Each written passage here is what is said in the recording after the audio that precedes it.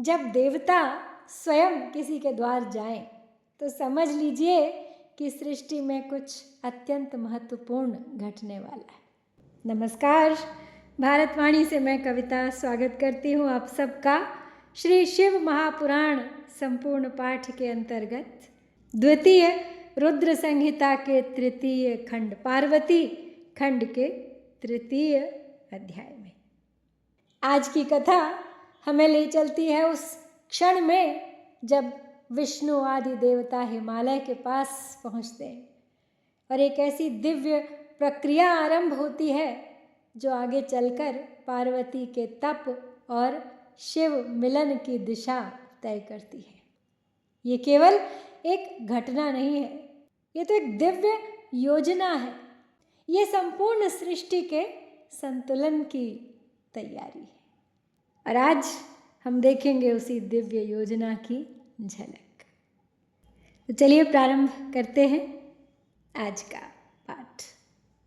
नारद उवाच विधे प्राज्ञ महाधीमन्वद मे वदतांवर ततः परम किम भवच्चरितं विष्णु सद्गुरोः अद्भुतेयं कथा प्रोक्ता मेना पूर्वगतिः शुभा विवाहश्च श्रुतः सम्यक् परमं चरितं वद मेनां विवाह्य स गिरिः कृतवान् किं ततः परं पार्वती कथमुत्पन्ना तस्यां वै जगदम्बिका तपः सुदुस्सहं कृत्वा कथं प्राप पतिं हरम् एतत् सर्वं समचक्ष्व विस्तरात् शांकरं यशः।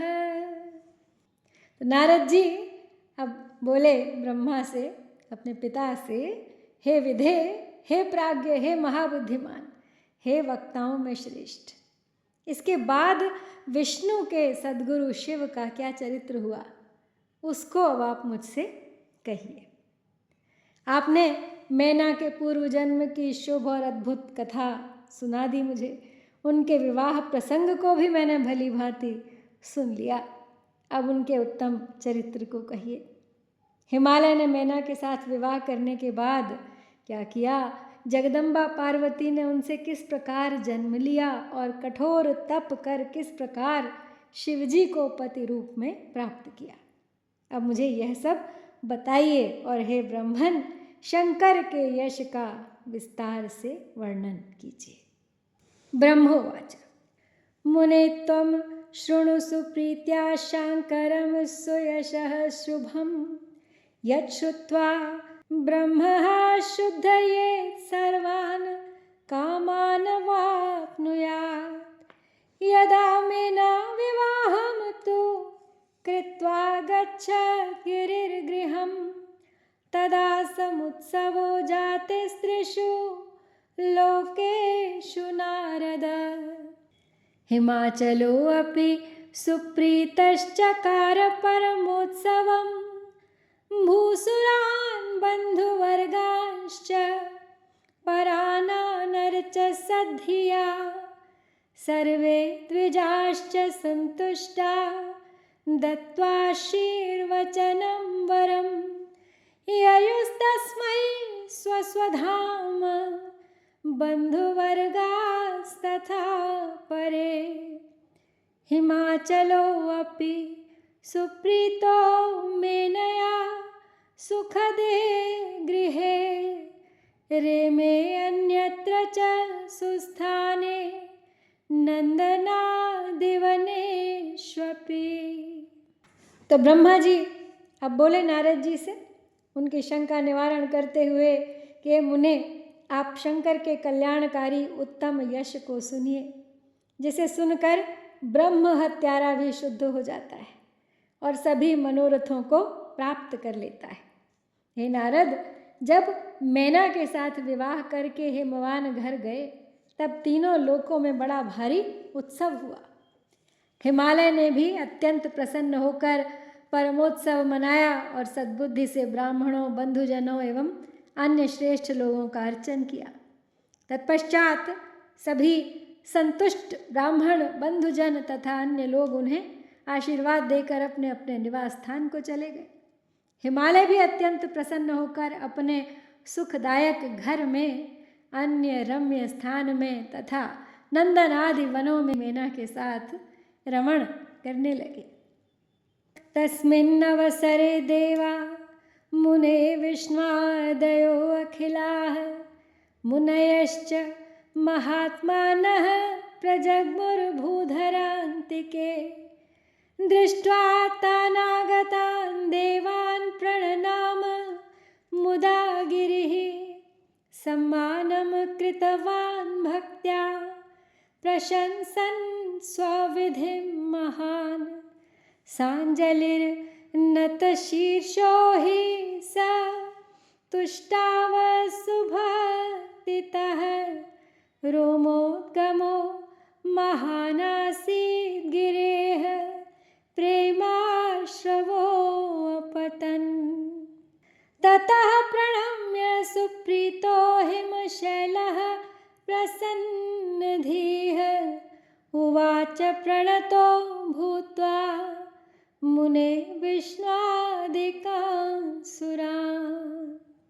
हिमाचल उवाच अद्य मे सफलं जन्म सफलं सुमहत्तपः अद्य मे सफलं ज्ञानम् अद्य मे सफलाः क्रियाः धन्योऽहम् अद्य सञ्जातो धन्या मे सकला क्षितिः धन्यं कुलं तथा दाराः सर्वं धन्यं न संशयः यतः समागता यूयं मिलित्वा सर्वे कदा मां निदेशयत् प्रीत्योचितं मत्वा स्वसेवकम्। तो ब्रह्मा जी अब नारद जी से आगे कहते हैं कि हे मुने, उसी समय विष्णु आदि समस्त देवता और महात्मा मुनि गिरिराज हिमालय के पास गए। गिरिराज ने उन देवताओं को आया हुआ देखकर प्रसन्नतापूर्वक उन्हें प्रणाम किया और अपने भाग्य की सराहना करते हुए भक्ति भाव से उनका सत्कार किया। हाथ जोड़कर मस्तक झुकाए हुए उन्होंने उत्तम भक्ति से स्तुति की। हिमालय के शरीर में महान रोमांच हो आया और उनके नेत्रों से प्रेम के आंसू बहने लगे।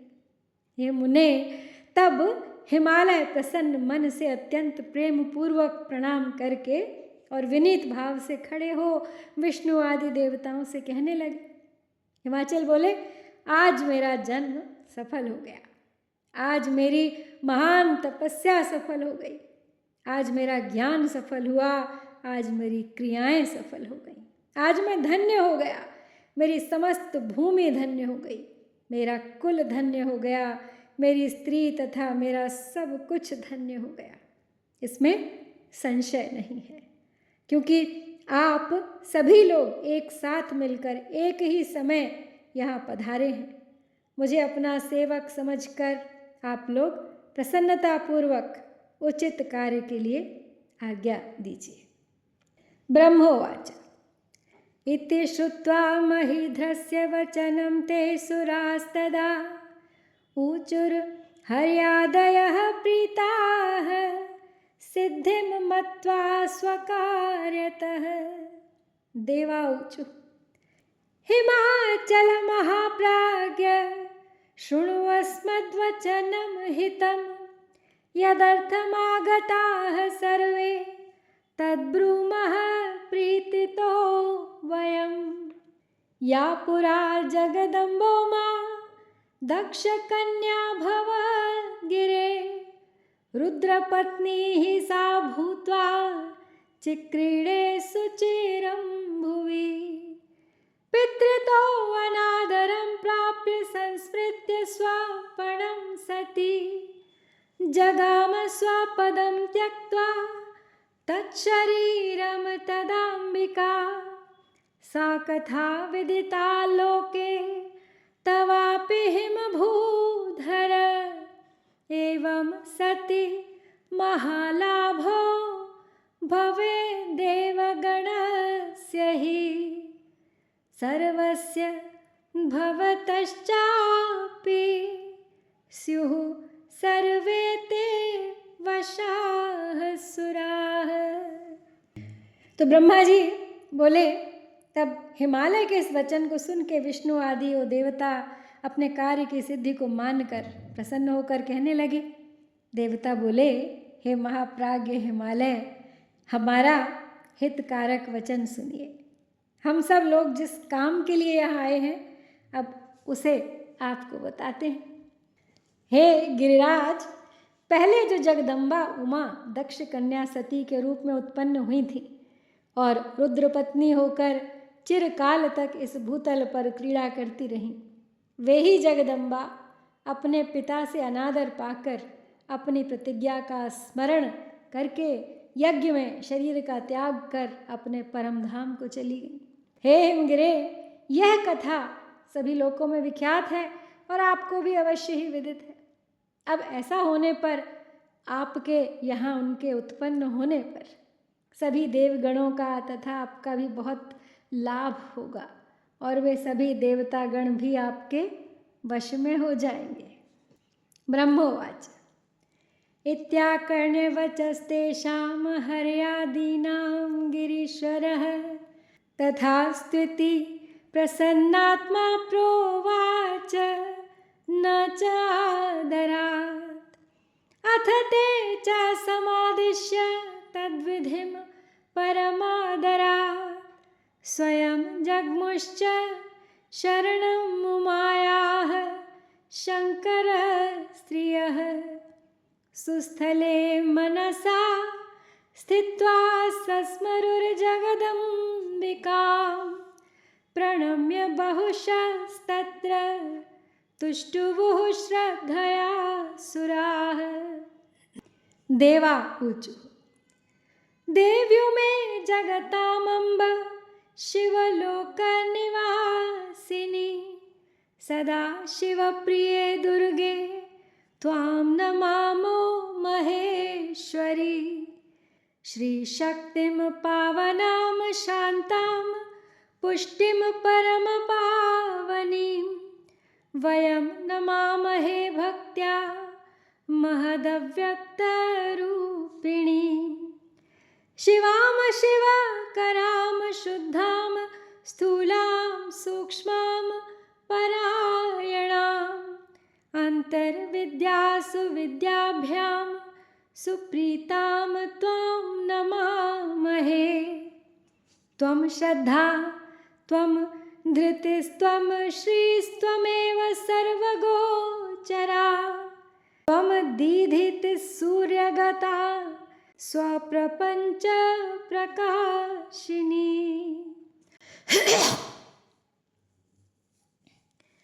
तो ब्रह्मा जी बोले, उन विष्णु आदि देवताओं की ये बात सुनकर गिरिराज ने उनको आदर देने के लिए नहीं अपितु स्वयं प्रसन्नचित्त होकर तथास्तु ऐसा कहा।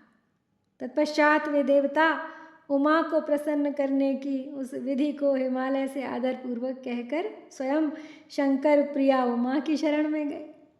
वे देवता उत्तम स्थान पर स्थित होकर मन से जगदम्बा का स्मरण करने लगे और अनेक बार उन्हें प्रणाम कर श्रद्धा के साथ उनकी स्तुति करने लगे। देवता बोले, हे देवी, हे उमे, हे जगन्माता, शिवलोक में निवास करने वाली हे सदा शिव प्रिय, हे दुर्गे, हे महेश्वरी, हम आपको प्रणाम करते हैं।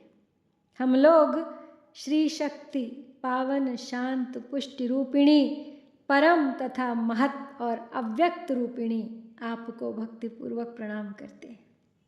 कल्याण रूपिणी, कल्याण करने वाली, शुद्ध स्थूल सूक्ष्म सबका परम आश्रय और अंतर विद्या तथा सुविद्या से प्रसन्न होने वाली आपको हम नमस्कार करते हैं।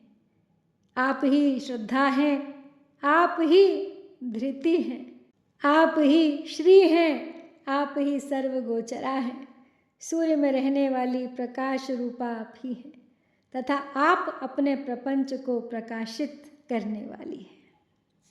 या च ब्रह्मांड संस्थाने जगज्जीवेषु या जगत् आप्याययति ब्रह्मादितॄणान्तं तां नमामहे।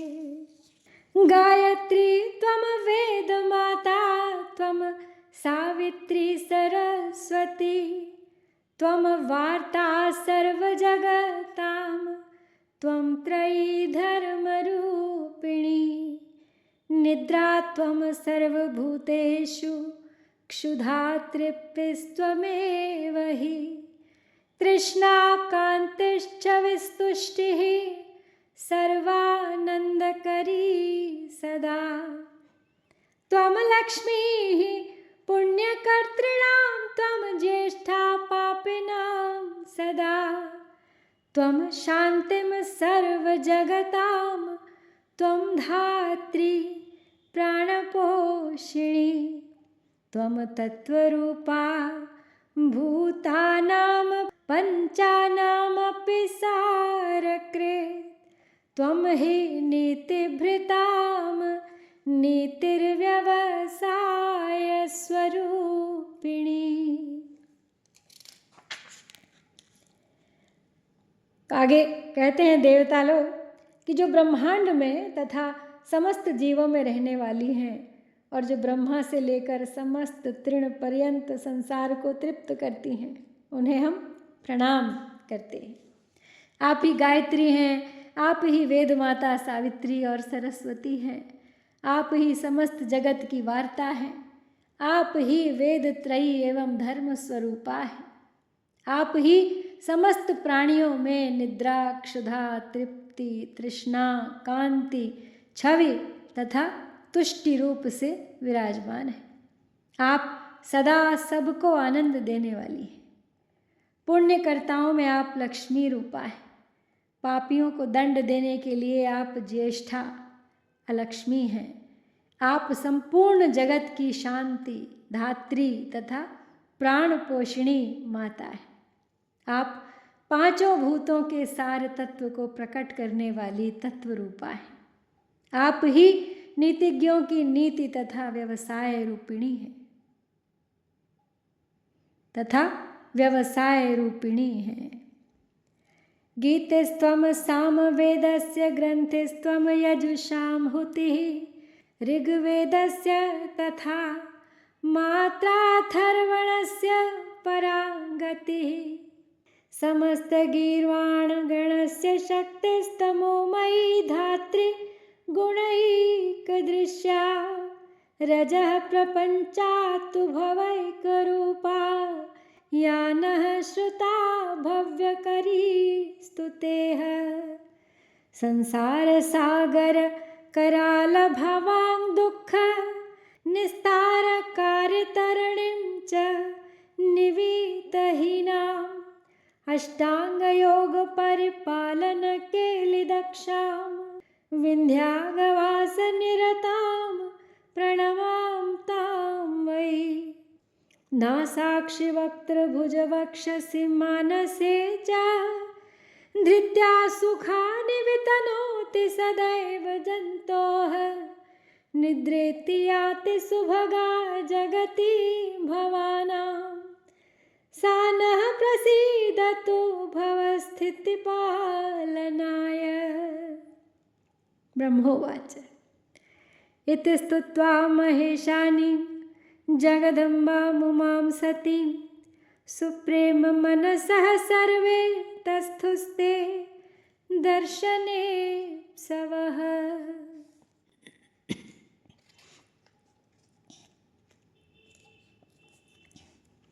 तो देवता लोग स्तुति करते हुए आगे कहते हैं कि आप ही सामवेद की गीति स्वरूपा है। आप ही यजुर्वेद की ग्रंथि हैं। आप ही ऋग्वेद की ऋचा रूप स्तुति तथा अथर्ववेद की मात्रा हैं। और आप ही मोक्ष स्वरूपा भी हैं, जो सभी देवगणों की शक्ति हैं, तमोमयी हैं, एकमात्र धारण पोषण गुणों से देखने में आती हैं। रजोगुण के प्रपंच से केवल सृष्टि रूपा है तथा जिन्हें हमने कल्याणकारिणी सुना है, उनकी हम स्तुति करते हैं। कराल संसार सागर के महान दुखों से पार कराने वाली, पाल रहित नौका रूपिणी, अष्टांग योग के पालन रूपी क्रीड़ा में दक्ष और विंध्य पर्वत पर निवास करने वाली उन भगवती को हम प्रणाम करते हैं, जो प्राणियों के नासिका, नेत्र, मुख, भुजा, वक्षस्थल एवं मन में प्रतिष्ठित होकर सदा धैर्यपूर्वक सुख प्रदान करती हैं, जो संसार के कल्याण के लिए सुखकारी निद्रा रूप में प्रवृत्त होती हैं। वे संसार की स्थिति तथा पालन के लिए हमारे ऊपर प्रसन्न हों। तो ब्रह्मा जी बोले, इस प्रकार जगदम्बा महेश्वरी उमा सती की स्तुति करके अपने हृदय में विशुद्ध प्रेम लिए वे सभी देवता उनके दर्शन की इच्छा से वहाँ पर खड़े रहे। इस प्रकार हमने इस अध्याय में देखा कि जब सृष्टि में संतुलन की आवश्यकता होती है तो सब शक्तियाँ मिलकर प्रयास करती हैं और एक महान दिव्य लीला का आरंभ होता है। शिव पुराण के अंतर्गत द्वितीय रुद्र संहिता के तृतीय पार्वती खंड में देव स्तुति वर्णन नामक ये तीसरा अध्याय यहाँ पर पूर्ण करते हैं। ओम श्री सांब शिवाय नमः। जय भारत।